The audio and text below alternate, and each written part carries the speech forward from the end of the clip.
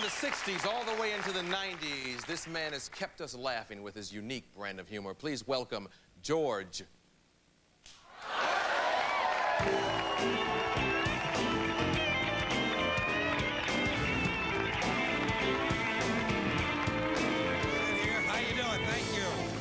How you doing?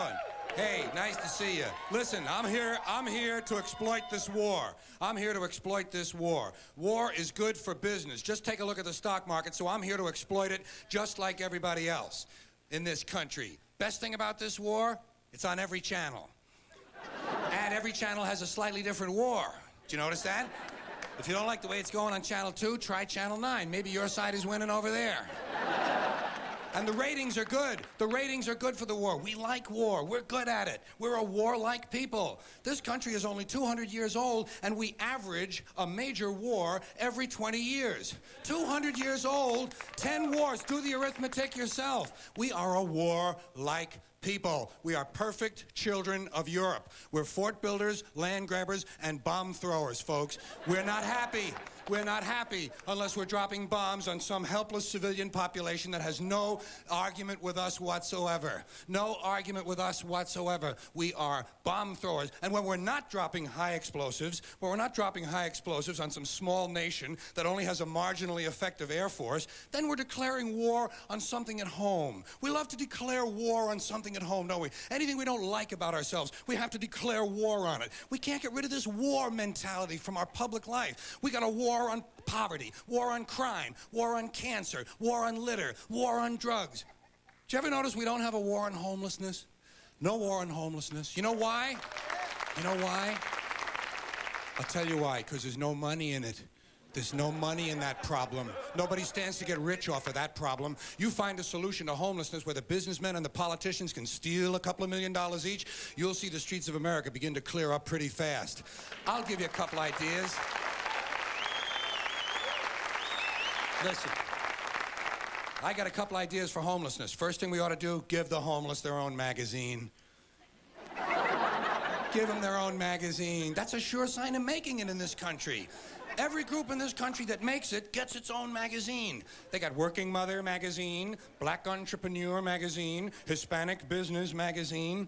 Any activity engaged in by more than 4 people in this country gets a magazine devoted to it. Dart throwing, backpacking, basket making, boating, hiking, walking. Walking!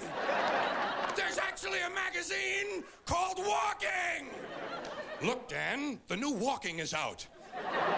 Here's a good article, putting one foot in front of the other. Give them their own magazine. You know? Come on. Give them their own magazine. You know what you call it? Better Crates and Cartons. Then when they get finished reading it, they can use it to line their clothing.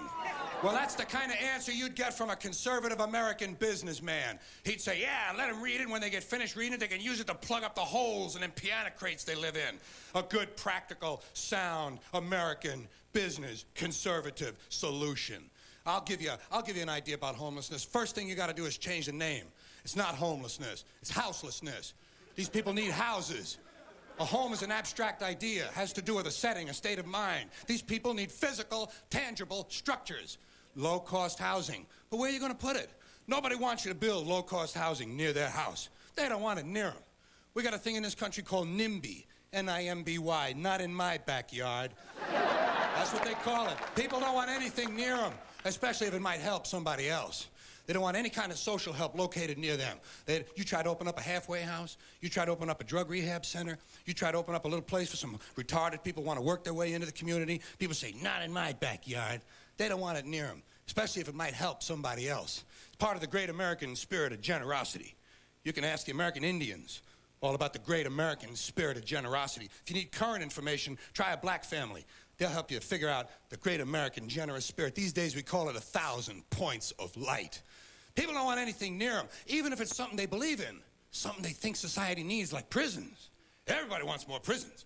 Everybody wants that. That's the new answer to all of our problems. Lock a lot of people up. People say, build more prisons, but not here. Well, why not? What's the problem? What would be wrong with having a prison in your neighborhood? Would seem to me like it would make it a pretty crime-free area, don't you think? You think a lot of crackheads and pimps and street criminals are going to be hanging around in front of a prison? No way, they're gone. What's wrong with these people?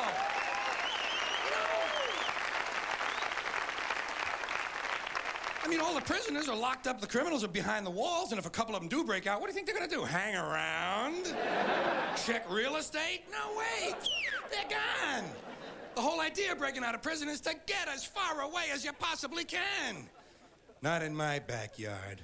Well, I got an idea where we can put some low-cost housing. Golf courses. This is just what we need. Golf courses. Plenty of good land.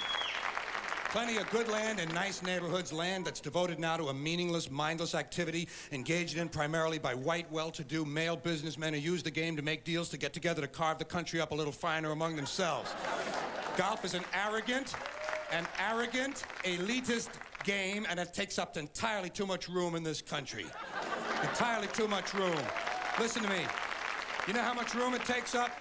17,000 golf courses, about 150 acres each. That's 3 million acres. That's 4,800 square miles. 2 Rhode Islands and a Delaware. You could build for the homeless on the land that's currently devoted to this meaningless, mindless, arrogant, elitist, racist game.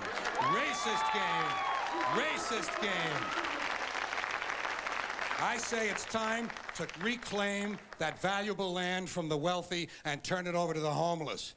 You see, I have solutions. You know the only problem? No one ever calls. Rarely get a call from Congress or a think tank. Thank you all for listening. Good night. I'll see you later.